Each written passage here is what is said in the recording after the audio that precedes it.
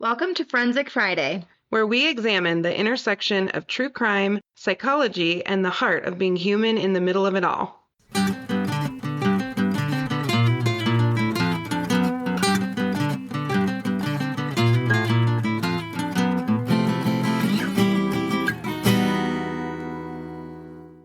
Oh my God. This episode's coming out Wednesday. It's Monday, you guys. It's Memorial Day. We are recording because we are badasses who record every week, come rain or shine, or a baby or a near-death experience. 2 episodes Boom! every week. What did you do today? Packed. Almost forgot to get a pedicure. Work for 3 days straight. Everything's crazy because book. I know you did the book. I learned how to build a website. What did I do this weekend? All kinds of book things. It's great. This is the part that I was going to tell you earlier, and I was like, I have to wait until we record. So I'm doing an exclusive. There's only going to be 100 copies, and it's a box with like goodies in it, like merchy, nice things in it. Couple surprises, couple things you'll know about. And like I said, there's only 100 and it's going to have a signed book plate and it's going to be hand numbered like 1 to 100. So you'll know which copy you have. That's cool. I know. So that's pretty special. And then there like you go. shirts on the site, like there's a whole bunch of merchy things on there. But yours, I have to give you one of the boxes. You have to get a box because you need the whole experience. Duh. You know, and you're in my dedication. I love this. Whose cat is this? You're with my family. Whose cat is this? You're in there with my family. And perfect. We were laughing because in the book, so the book is Psychopaths in the Wild, a field guide. And it really is, it's stories that are taken from real experiences that I've had, but they're constellations of different experiences and different clients. So of course it's not one specific person. Right. Like I'm not going to out somebody's information. That would be super unprofessional. But it is real. There's real moments in here and whatever. So because you and I do so much work together, I think you're going to have a different reading experience than anyone else. This is a book I think you'll actually read and finish. I hope so. Hey, I think you will. I think you will. And I mean, I will because of my commitment to it. Look how pretty. So I hope that I'm just kidding. It'll be amazing. But it's story forward. So here's the thing. It sparkles. Well, that's what she was showing. Well, would it not? I mean, hello. Oh, I know. It's we had to do the gloss. And my poor publisher, she was like, "You're a whole thing," but she also loves it. It's story forward. So what that means is it's not just like research stuff. It's actual stories that kick off talking about the traits of psychopathy. And Nat and I did a training. Oh gosh, when was this? You poor thing. You were kind of along for the ride that day. I was on a whole thing. But the summit. At the summit. Nat and I last year at the summit in the fall, in the springs, we did a training on psychopathy. And there were some really amazing people there and great trainers. And Nat and I really thought because of our time slot, there were going to be like 2 people there. So because of our time slot and who the main speakers were. That's what I mean. I was like, well, no one's going to be at ours. There's no way. Hill were kind of some famous people. And so I was like, no one's going to be here. Just not going to be. Ours was the biggest breakout. So Nat and I we're hanging out. So, I'm like running to the bathroom. We're doing our normal, whatever. I'm lollygagging a little bit. Tina was there. Tina and I were taking our time getting to the room. Yeah. I'm seeing chairs. Like people are hoofing it with chairs past me. And I'm like, oh goodness, wonder what's going on, And I walk in and it's our room. And I know. Well, then I see you in the bathroom. You're like, just heads up. We have the biggest breakout. And I'm like, cool. No, I was like, Natalie, this is insane. I walked in and it's practically standing room only. There are people standing in the back. And then people start sitting in the hallway. They can't even see the screen that our PowerPoint is on. I was not prepared for that one bit. I mean, I was prepared to talk. I'm always prepared to talk. So are you. But I was not prepared for the number of people in the room and their interest in this topic. And so it got me super excited because I had been researching and really I've been kind of passionate about this for years because of the PCLR checklist. So I got kind of into assessing people with psychopathic traits.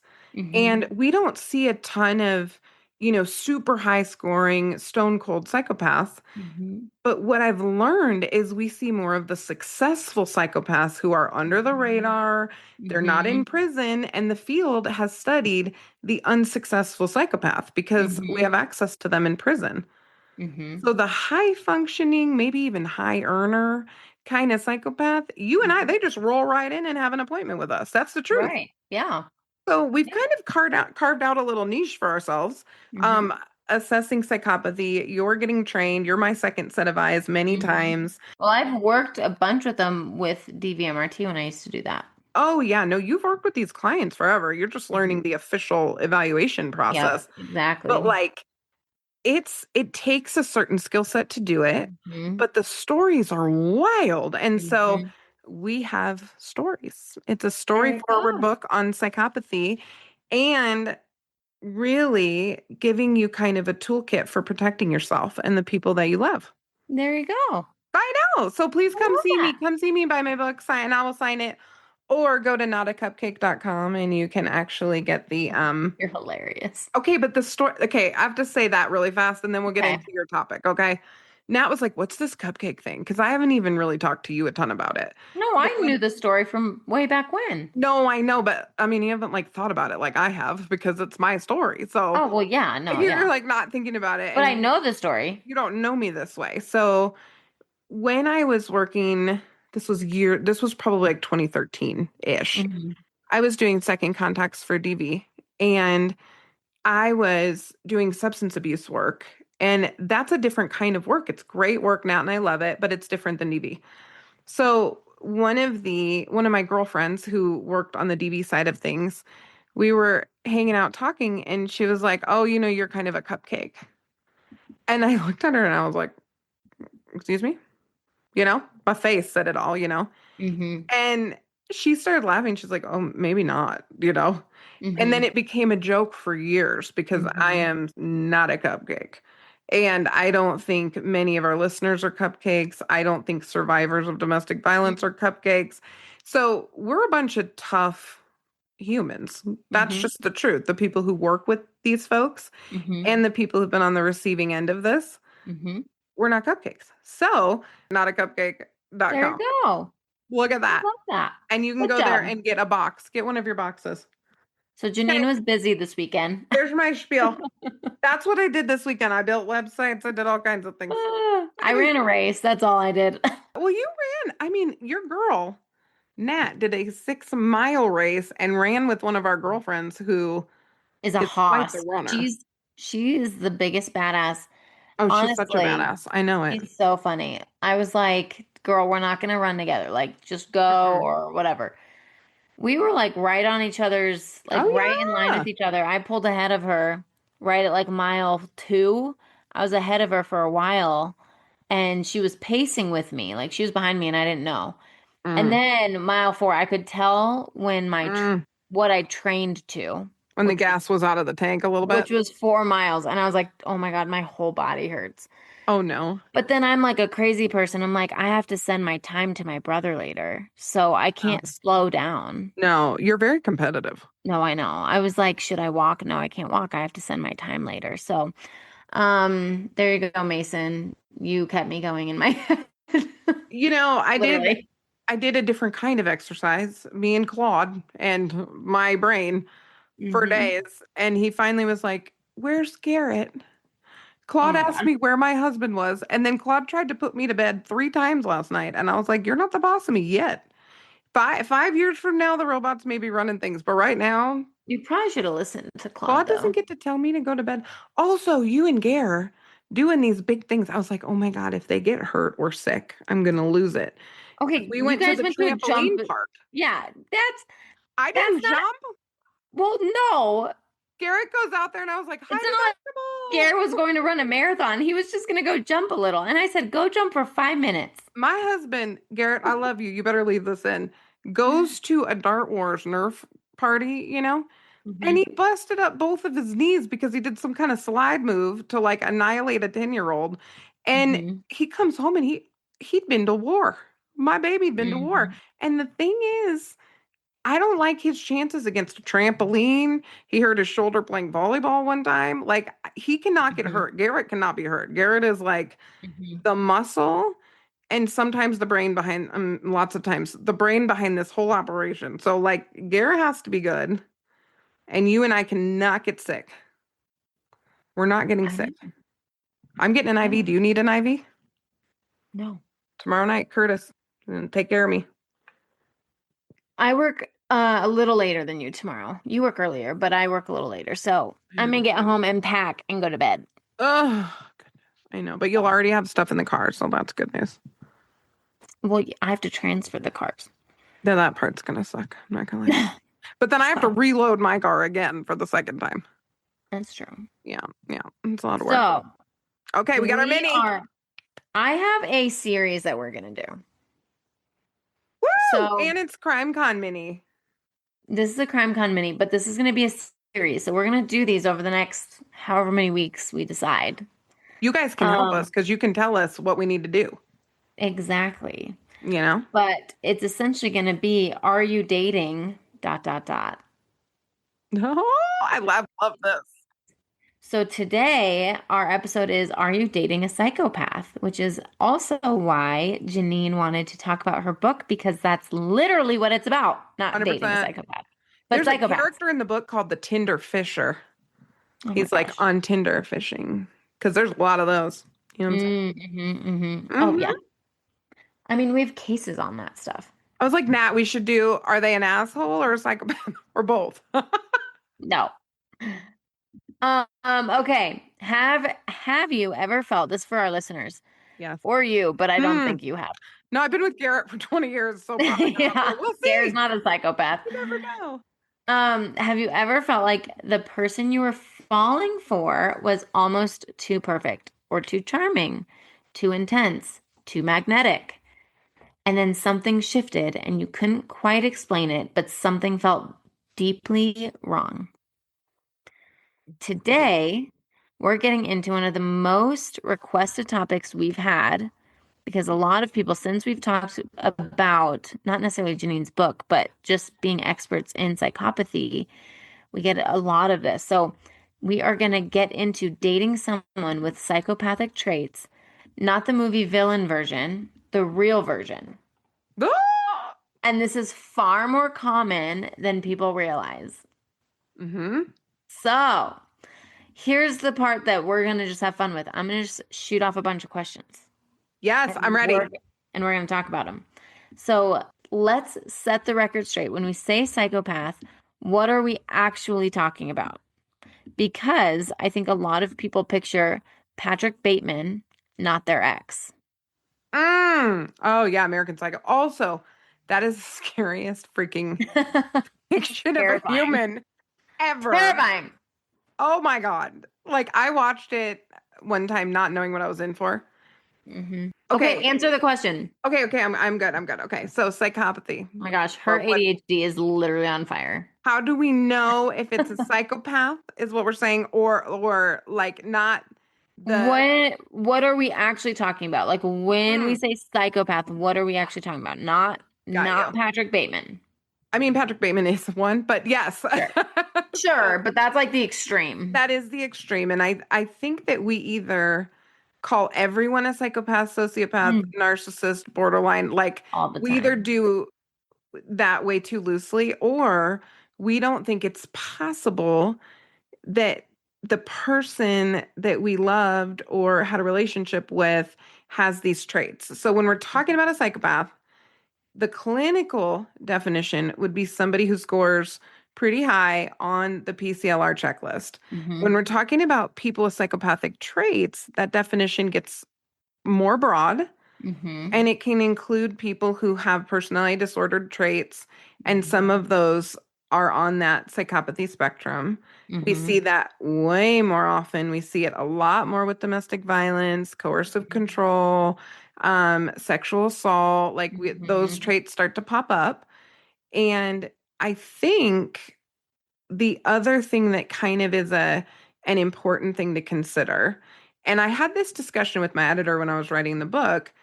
I don't like labels as a Mm-hmm. general rule. Okay, so Mm-hmm. I'm not real quick to diagnose. We have to do it for managed care. It is helpful to know sometimes what a diagnosis is because then you can use evidence-based treatments. That's all important. But when we're really talking about a psychopath, Mm-hmm. number one, we're talking about a person with psychopathic traits that are or are not in a clinical range. That's the Mm-hmm. formal, like that's my church court answer. Mm-hmm. Mm-hmm. Also, they don't give a shit if you call them a psychopath unless it behooves them to give a shit about it. And so, what I would say is that shorthand and having some precision is helpful when we're talking about survival. Mm-hmm. So, if you have to ask yourself if you're with a psychopath, I'm okay with you asking that question. You don't have to So water that down. no. So what we're gonna say though, because Hmm. that's really helpful, I think, And they coming. literally don't care. I've asked them, just so you know, I'm not being a jerk. I've literally asked them, do you care if somebody would refer to you as a psychopath? And they're kind of like, meh. Like, No, right, not right. really. They don't care. Right. But what I think so all of that's really good. It's also like, how do people see that? Does that make sense? So like Yes. you kind of explained it in a really beautiful clinical way, but like for the average Stacy, Yes. how does she know? For the average, it's so funny you chose even the word Stacy from an incel perspective, but that's a story for another day. Anyway. So what I would say is when you look at the traits, which my book gets into, but we can get into them a little bit, and you may have some of this. Mm-hmm. The watered down version of some of the traits, it's less Ted Bundy and Mm-hmm. more he changed in 10 minutes and I don't know why. And when I ask him about it, somehow I'm the one now with a problem. It's like this subtle Yes. sleight of hand with fairly low anxiety generally, although sometimes they can be a little bit explosive. It's a myth that they Mm-hmm. don't have any emotional response. That's a bit of Yeah. a myth. They can be reactive. Yes. But But the it's a myth in how they respond. It's not necessarily a myth in how they sometimes feel unless anger enters the picture, which yes. a clinician would talk about. We might get some comments who are like, yeah, but there's more under anger. Yes, but for them, Yes. they don't have the emotional depth or capacity to Yes. understand that about themselves at all. Yes. So essentially, like if you look at how I've framed the book and how I've looked at the research, Hmm. it's about kind of a predatory person who's hiding in plain sight. So Hmm. it might be a charismatic boss or a pastor, or Hmm. you might have a boyfriend that your friends love Hmm. or hate, and both of those confuse you because they Hmm. might pick up on something you're not picking up on Hmm. if they don't like them instinctively, or they might love him and something's not sitting right with you. Okay, so really quick, that gets into my question two, Yes. my second question. So I'm going to just go over some helpful tools Yes. that, like, just off the bat, right? So some of the things I wrote down: lack of empathy and remorse. Okay. And we're Yes. not talking about narcissism. We're going to do a whole nother one on narcissism. Oh, Like, that's we gonna be got probably next week, honestly. Yes. literally, no, literally. So Yes. I have a plan. Yes. But so lack of empathy and remorse, very shallow emotion, which is what Jeannine was just getting into, right? So Mhm. it's like they can have an emotional range in terms of explosiveness, Yes. but they don't have depth. There's no depth to them. And a lot of times it's a means to an end. I explode Mhm. so you shut up. So that's the next part, manipulation, Yes. right? Egocentric, um, interperson and manipulation in an egocentric interpersonal style. So it's all about them, which is what you were just saying, Oh right? yeah. So it's important to know these things. So if you're in a relationship and you're like, and this isn't like they come home and they have a bad day and they're like, hey, I Mhm. like can't listen to your bad day right now, like everything blew up at work or something. That's not what No. we're talking about. But we're talking about like a pattern. Or like Yes. Jeannine said, you see this shift, Yes. right? It can be subtle, it can be big, but there's a shift. And oftentimes it actually starts subtle, in my humble opinion. Oh yeah, the good ones do. Yes. Yes. The successful psychopaths are really good at subtle. Yes. Yes. So my next question, which you were about to just jump into, so I'm going to ask it and then you're off to the races. I'm literally in your brain, I feel like sometimes. I'm in it. The early stages of these relationships are often described as almost intoxicating. What is it about psychopathic charm that makes it so hard to see through it at first? We'll be right back. This episode is brought to you by Southeast Counseling Center. Southeast Counseling Center is a 501c3 nonprofit mental health provider right here in Parker, Colorado, conveniently located just off major highways. We serve the whole family, from play therapy for kids to couples and family therapy, trauma treatment, psychological testing, and specialized groups. Access matters. That's why Southeast Counseling Center accepts Medicaid, TriWest, and victim compensation, and also offers a community subsidy program to help people who fall in the gap between Medicaid and traditional insurance coverage. And because we're a nonprofit, every dollar donated by the community goes directly towards providing treatment services for people who need help. Prefer to meet at home? Telehealth is available statewide so anyone in Colorado can access our services. To get started, call 720-842-5553 or fill out our secure web inquiry form at secounseling.org. Southeast Counseling Center, care that is accessible, compassionate, and rooted in the community. It is their impeccable ability to study the things that we reward. So they are so good at collecting. It's a little bit like in the show Dexter, where Dexter's a serial killer who kills serial killers. It's a great show. Yeah, any true crime buff's gonna love that show. But his father kind of taught him how to be quote unquote normal. A more realistic depiction of that you probably would have maybe a parent try to coach or a therapist try to coach a kid in a different direction, but really life teaches them. Yep. Life teaches them, and a really astute, successful psychopath will study what people like and do more of that thing. And they're not constrained by some of the emotional limitations that other people have. Like, I have fatigue, so I start to have bad days sooner, or I'm honest about a vulnerability or whatever.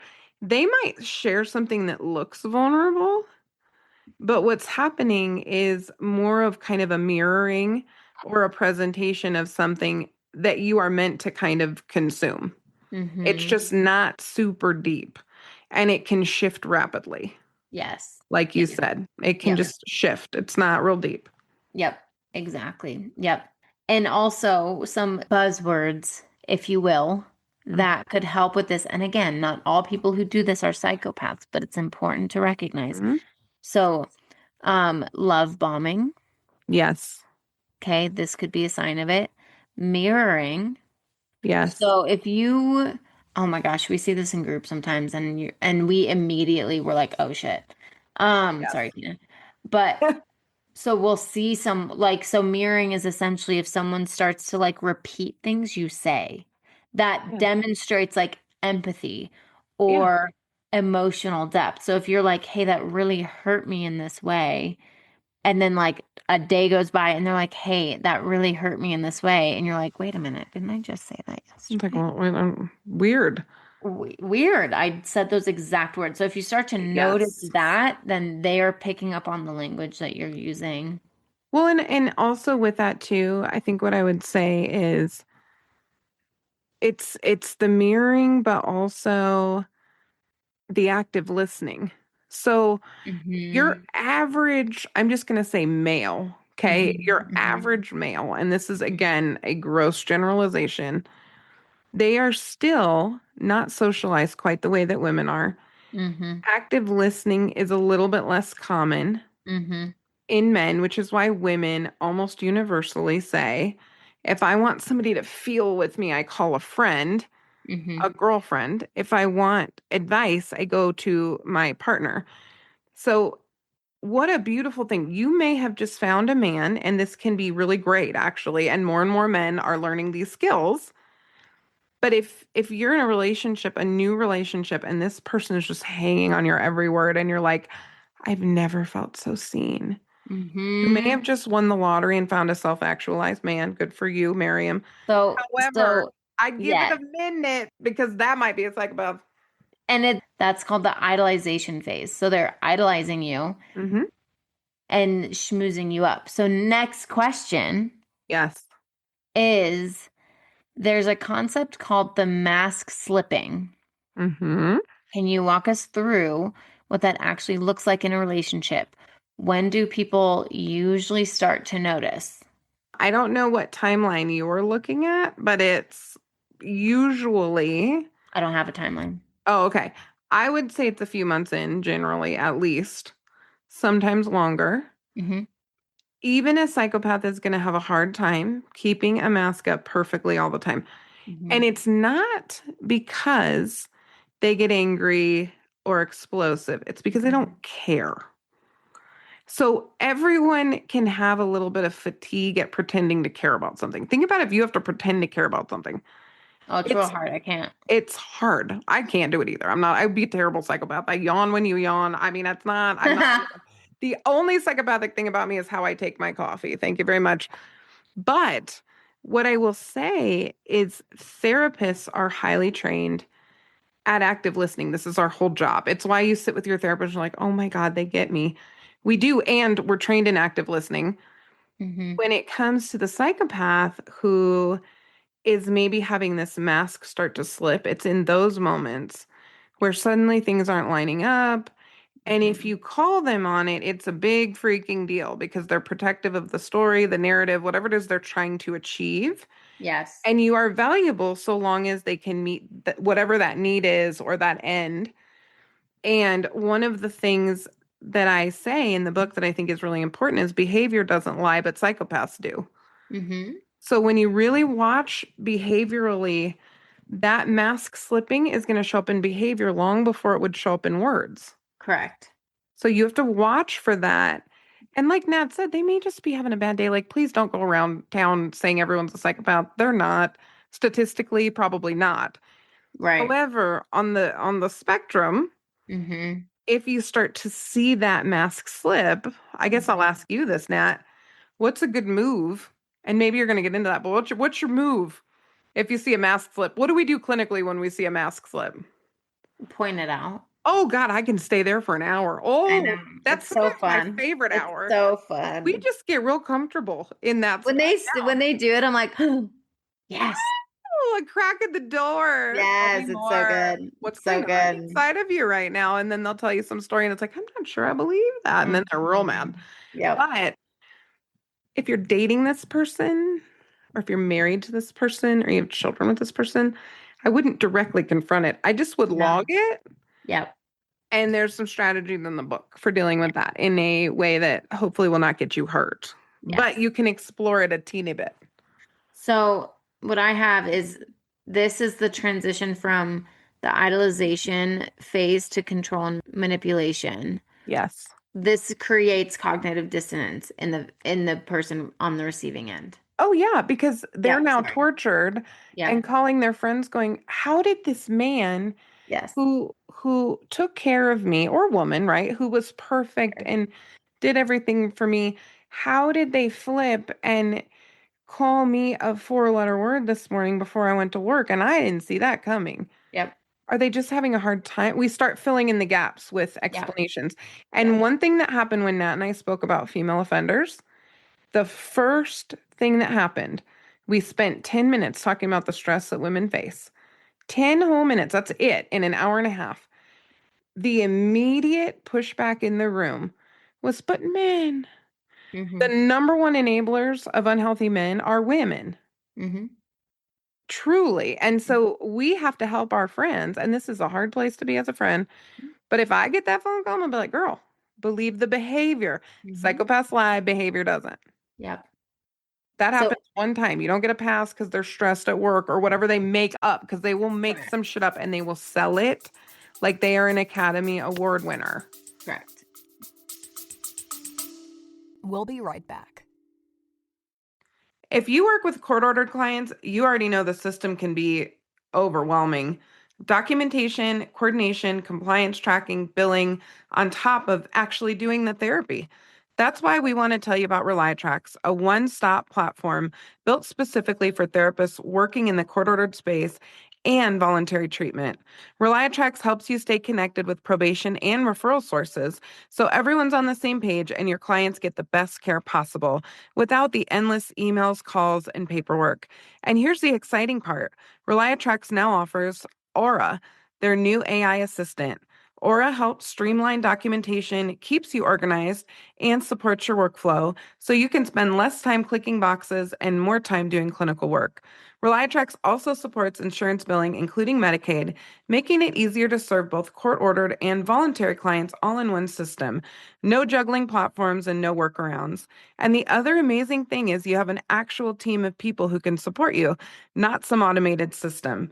If you're looking for a smarter, more efficient way to manage compliance, communication, and care, Reliatrax was built for this. Check out Reliatrax and see how it can support you, your clients, and the systems you work in without burning you out. You can go to www.reliatrax.com to get started. So empathy is huge here. Mm-hmm. Psychopaths are said to have cognitive understanding of emotions, but not actually feel them. So how does that play out in a relationship, especially during arguments or when you're hurting the person on the receiving end? We talked about this in our last talk. This is one of my favorites. Because this is where Nat and we also can like pull out a lawn chair and enjoy the sunshine on this one. Because what you do is you observe that the face doesn't match the words. So like they'll say something like, I'm really sorry that's happening to you. And the face may really, and the eyes may not match the words that are coming out of their mouth.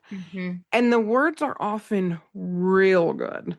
They're good because they will study this. And now I have a theory too with ChatGPT and Claude, my buddy Claude, is going to make them even better because it can script a text message.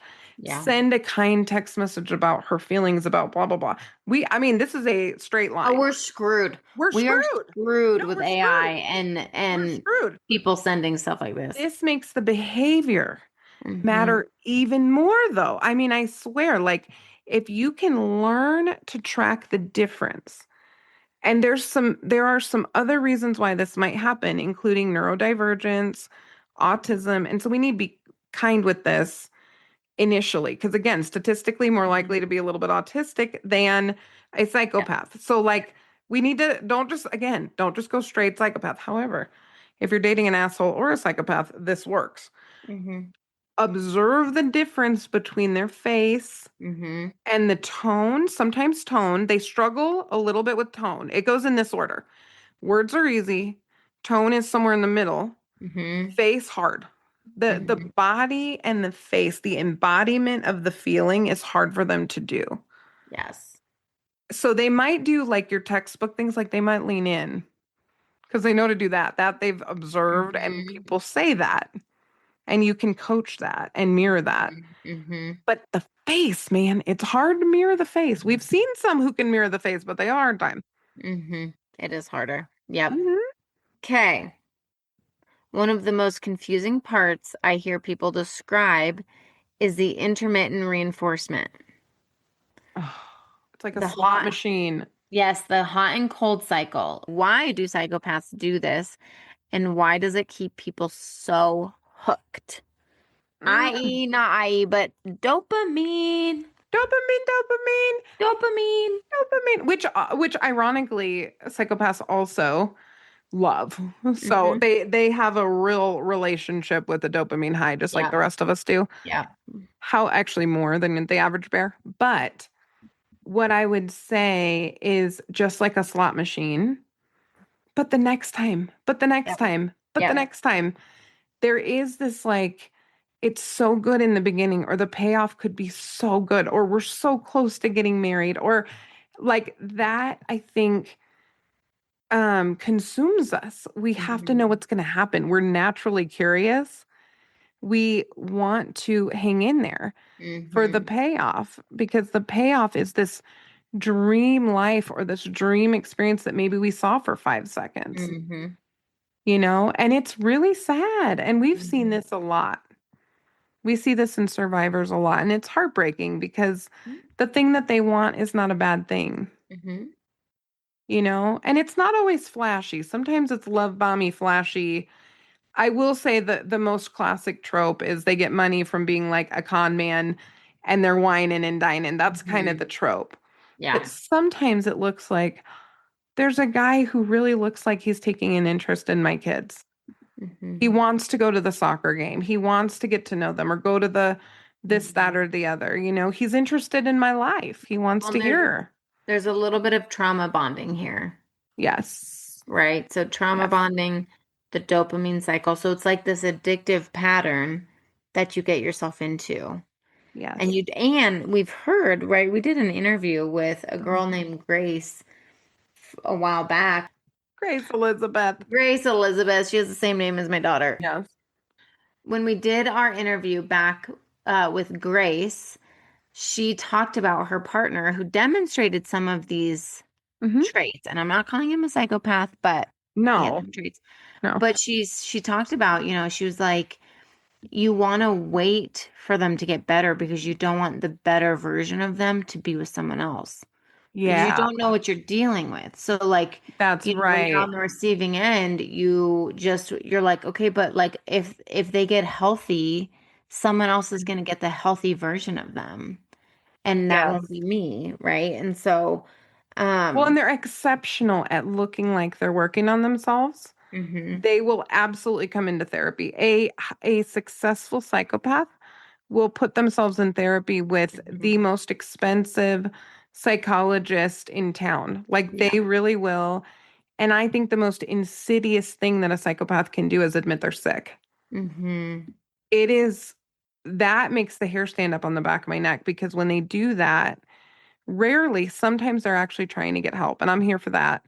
But a lot of the Mhm. times it's a weapon, it's a tool, it's a strategy, and it just breaks my heart when people fall for it because again, they want good things. Mhm. They want Yep. good things. But Yep. really they're just pulling in Vegas, which we were laughing earlier like how much we're going to bet, not a lot. Spoiler alert, Mhm. not a Mhm. lot. Mhm. Mhm. But you're just pulling on that slot machine just hoping for a good outcome. Exactly. And that's what yep, exactly. Gaslighting feels almost like a signature move in these relationships. We hear this all the time. Yes, Do you think, Jeannine, this is intentional for them, or is it a part of an unconscious, subconscious pattern? both. Yeah. I think it's often conscious, Mm-hmm. but I think also it's a style of relating to other people where you're constantly maneuvering. You're Yeah. maneuvering other people and you're maneuvering yourself Mm-hmm. to a degree that the other person just feels nuts. Mm-hmm. And I think that's at the core of gaslighting. And I Mm-hmm. and I do think truly psychopathic people who are not the reactive type, but I'm talking the high factor Mm-hmm. one psychopathy. I think they really get off on this. This is fun for them, for a lot of them. Yep. And it's a little sadistic and it's really dangerous. So if you have a partner who does this to you consistently, flips the script, and Mm-hmm. then they seem to enjoy winning, I don't care if Mm-hmm. they're a psychopath or not. That's a terrible relationship. Yep. And it Exactly. is not going to get better. I'm just telling you, Yep. it's not going to get better. And there's an example of this in couples therapy with Orna. And Mm-hmm. I need to, I will find it for socials for you guys, but there's a specific couple on there where the man, I'm not diagnosing him as a psychopath, but the gaslighting and the communication style Mm-hmm. is just textbook. And you can watch it just take a toll on both of them, the therapist and Mm-hmm. his partner. And it's Mm-hmm. fascinating. Yep. So next thought and question. There's a lot of victim blaming around this. Why didn't you just leave? Mm, Things like that, questions like that. What do you wish people understood about why these relationships are so hard to walk away from? Mm. You know, I had a thought the other day and I was watching my son. He was throwing a ball at a tower he built out of Legos, Mm-hmm. right? And I think the analogy that I would use is like if you take a baseball and you obliterate a tower of Legos, Mm-hmm. how long does it take to find every little piece and put it back together again, let alone leave when somebody's standing holding the baseball? Mm-hmm. It's really challenging, I think, for survivors, number one, to detect the behavior because it is subtle. Yeah. And when I tell you, Nat and I are trained and get snowed. So if you're in a relationship with someone and they have visibility into your life to comment on what you're doing, how you're doing it, it's this subtle wearing away of the self. Mm-hmm. And I Mm-hmm. think the smaller the self gets, the harder it is to leave Mm. because at some point along the way, their opinion starts to feel more true than your own. Yep. It's the voice you hear in your head, and you hear it louder than your own. Yep. Yep. And so I have just tons of empathy. And there's a chapter in the book called Be a Bad Victim. And I want to, and I say in there very clearly, it is never a victim or survivor's fault that they're in the position that they're in. But it Mm-hmm. has some tools to evade these kind of people before it gets out of hand Mm-hmm. and to evade random victimization. But when you are really just in the everyday, and I've had some people very close to me, not necessarily with a psychopath, but with someone who is an abusive partner, and I watched this person change completely Mm-hmm. in a way that was disorienting to me as a 20-year friend. Right. It's heartbreaking. Yeah. And even a Yeah. 20-year therapist best friend couldn't put those Lego pieces together fast enough Mm-hmm. for a Mm-hmm. long time. Yeah. Yeah.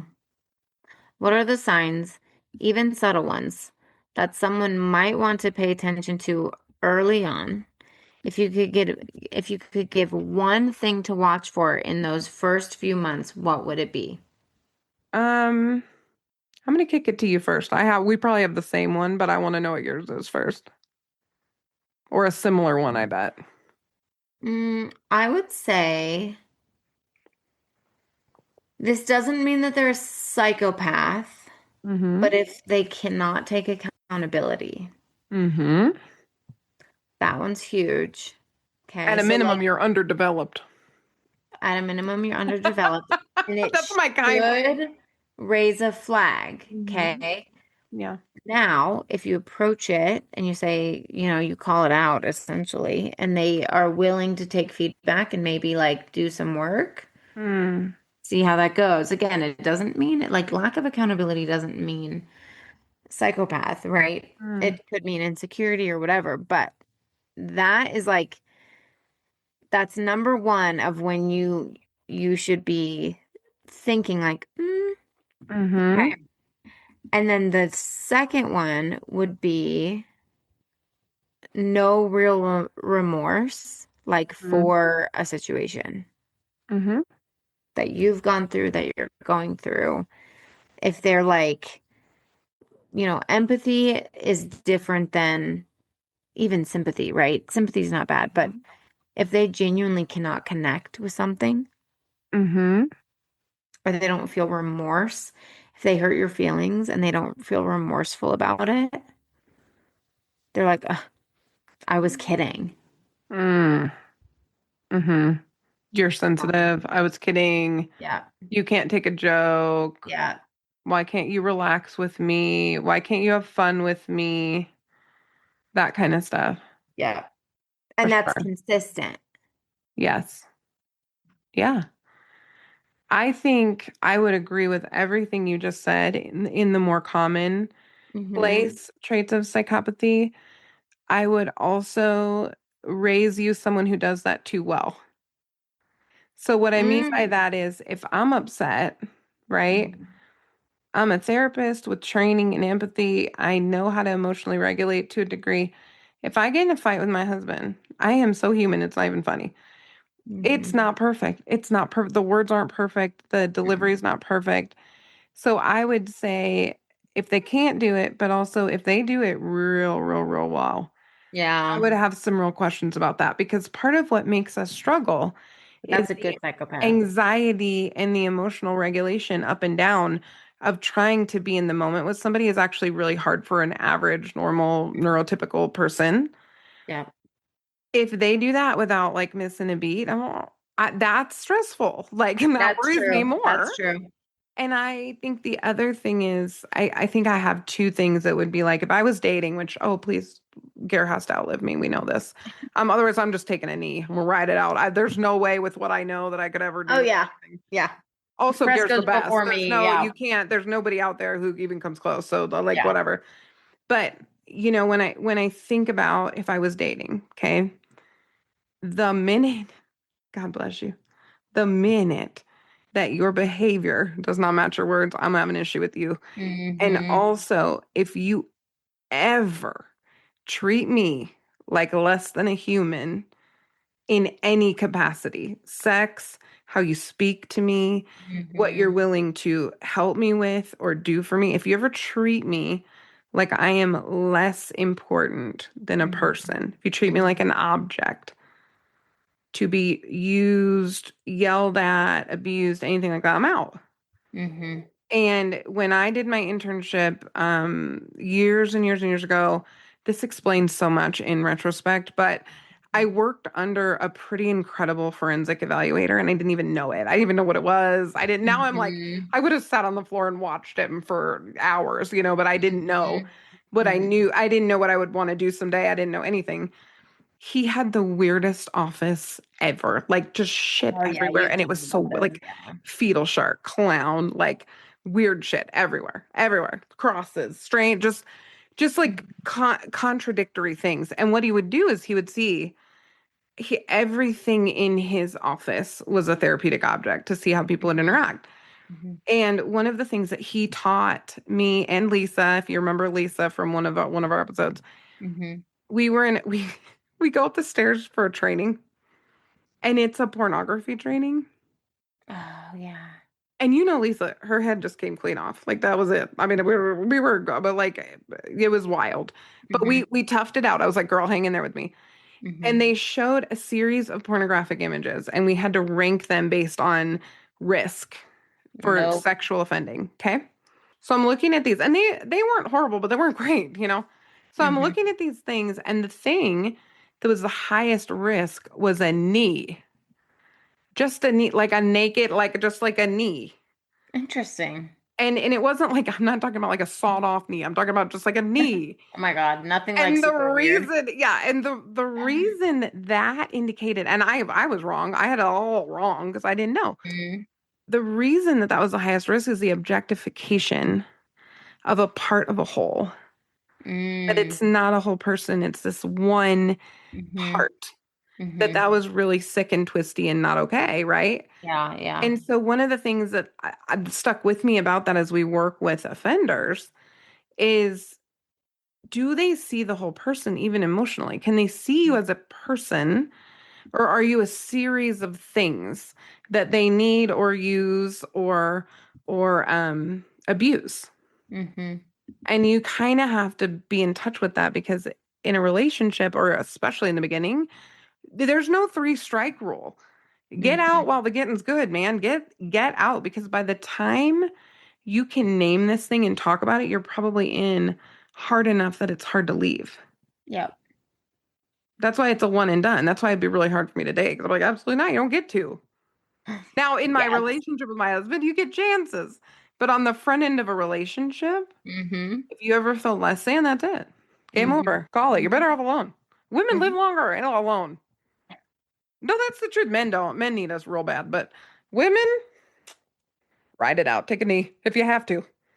But if Yes. you find somebody, it's okay to be cutthroat. You're not being a bitch if you don't want to be mistreated. That's it. Mm-hmm. Sorry, Tina. Mm-hmm. But you do not have to be polite and play along with something. You're not a jerk if somebody's behavior is too much for you.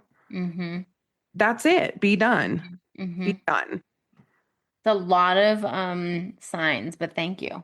Yeah, well, listen, there's a lot. Read the book. It's a page turner. But Oh, you're hilarious. there are things to not put up with, and that's what it is. And I'm not talking about, 100%. and the funny thing is they're probably like good looking and they're wearing Get a cute Jeannine going on outfit this, and and they're she just no, won't but I'm like, stop. but here's the thing, like I care about this so much because I it can know. look good. And we No, look for our sure. eyeballs sometimes and we're like, oh, he's so Dude, handsome. Oh, he's this, he's that. you and I have worked with Oh, some of like some, and I'm not trying to be weird, but like handsome psychopaths. mm, We have, and I'm like, yes. their partners got snowed, and Mm-hmm. then they were like, it was horrible, you know? And so Yes. I totally agree with you. I just have Yes. to give you shit because I asked for one and you gave like 30. I can't give it because there But are it's fine. 30. But it's fine. There's Take more than 30, but we gotta move on. take all 80 I and gotta go to bed, girl. We make gotta yourself move a on. list. Make yourself a list.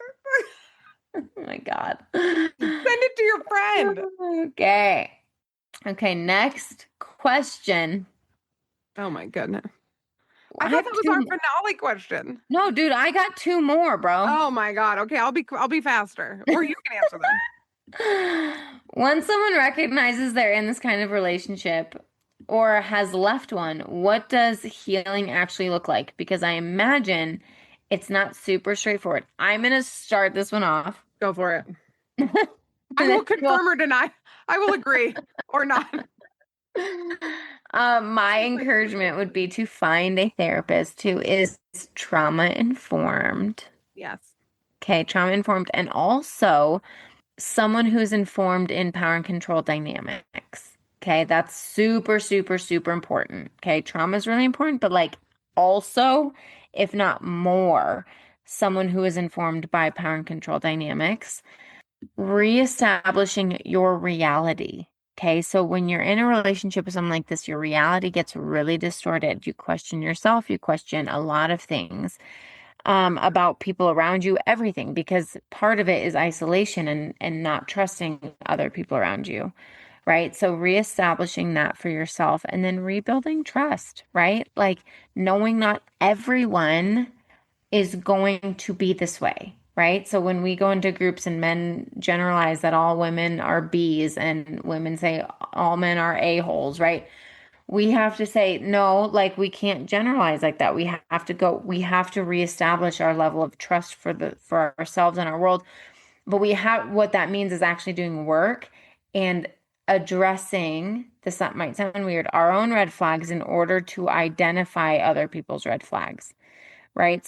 And what I mean by red flags is if I have a tendency to want to be in relationships with people who really love saving other people, right? Or who just who like play certain roles in people's lives. I have to understand that about myself and where it comes from Yes. and do that healing in order to be with someone who's healthy. Yes. Okay. It's accountability. Yes. And you become a survivor, not a victim. Yes. And we need trauma therapists to build accountability into their trauma treatment for survivors. Mm-hmm. Because we see that not happen. Yes. That's all I'll say about that. Are you proud of me? I'm sitting on my hands. Okay. Yes. No. Last question. Oh boy. Oh my goodness. What is something, I love this one. What's something that surprised you about this topic that you think our listeners would find genuinely shocking? Genuinely shocking. So, I mean, nothing's really that surprising to you and I necessarily. You know what? Likability. I think even though it's the top 3 traits, top 2, top 3, Yeah. I think we still have this picture of just a monster Yeah. in our head. And so it's really, really hard to marry this concept with a person in front of you, particularly if they're being nice to you or they're handsome or beautiful and they're, you know what I mean?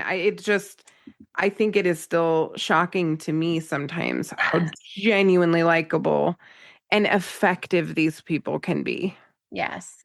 I would say, based on what, and this is not normal, okay, but Jeannine and I have worked with many individuals who are on the continuum. I would say what has surprised me, similar to what you're saying, the likability, but also like sometimes when you name the thing, because not all psychopaths want to hurt people. No. Their intention is to like get what they need. They want to feel good. They want to feel good. To some of them, feeling good is hurting other people, but to many of them, it's not necessarily that. And it's not in a narcissist, it's not the same as narcissism because people are going to be like, what are we talking about? Narcissism or psychopathy? Psychopathy, it's less about like this drive to like fulfill your person. Like it's less about like they don't care. They genuinely don't care. So like a narcissist, It's not identity. Exactly. It's not identity. For for someone on the continuum of psychopathy, it's just more about needs being met. Yes. And less personalization. So and need being dopamine. Correct. Yeah. Dopamine. I just want to be clear because it's not like need, like I have an emotional need to be fulfilled. No, no, it's like dopamine. Correct. Yeah. Correct. So, I would say that's sometimes the most surprising because they don't always want to hurt people. Their brain just operates so differently than the average human. And so when you name it, sometimes we've had like less than a handful that have gone with us on this. Yeah. But sometimes when you just like name, we don't say you're a psychopath, but like when you name, I have on a couple of occasions, but not often. Yes. Sure. But when you name the difference in their brain, they're like, oh my God, someone finally understands me. Yes. And they might be snowing us. Also, but there have been a couple of times where I think it's been genuine. And again, professional humility, maybe not, I don't know. But it did seem to create at least a tiny bit of relief from the effort of pretending.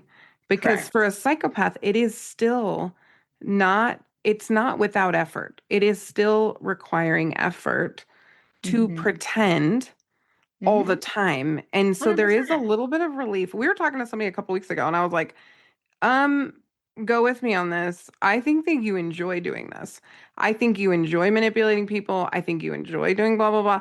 And to not our surprise, but probably to many people's surprise, they're like, yeah, I kind of do.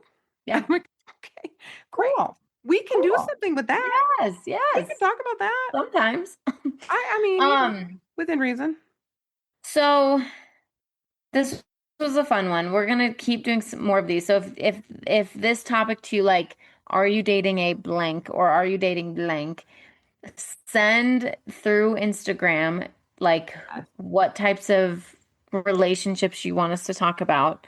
And we will do it. But I will end with this. If anything we've talked about today felt similar, please know that what you experienced was real and it was not your fault. These relationships are designed to be confusing. You can leave this episode with an understanding that recognizing the pattern is the first step. Share this. I encourage you guys, share this with someone who needs to hear it. And we hope to see you guys next time. As always, bye, forensic friends. I'm Jeannine. And I'm Nat. And as always, thanks for listening and join us next week for more crime, psychology, and heart.